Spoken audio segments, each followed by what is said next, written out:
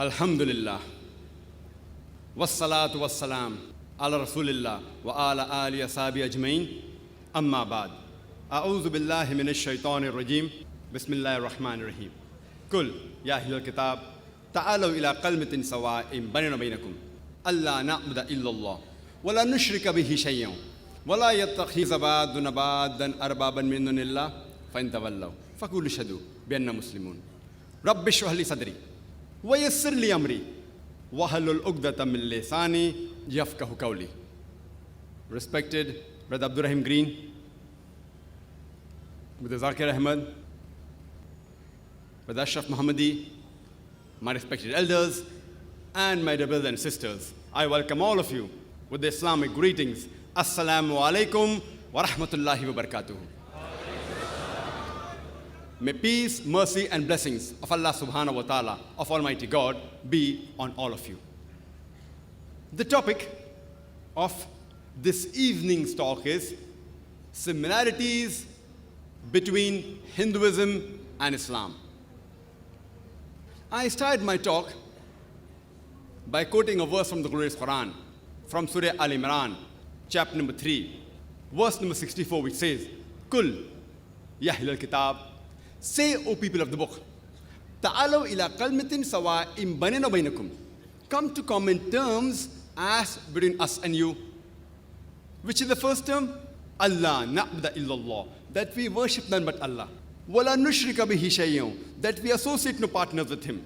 Wala yattakhidha ba'duna ba'dan arbaban min dunillah, that we erect not among ourselves lords and patrons other than Allah. Fa in tawallaw, if then they turn back, faqulu shadu, say ye bear witness, bi anna muslimun, that we are Muslims, bowing our will to Allah subhanahu wa ta'ala, to Almighty God. This verse of the glorious Quran, though specifically it mentions Ahl Kitab, that is the Jews and Christians, but in general it can be used for different types of people. According to me, this verse of the glorious Quran is the master key for conveying the message to different types of people, for coming on a common platform. Allah says, Ta'alaw ila kalmatin sawa'in bainana wa bainakum, come to common terms as between us and you. Which is the first term?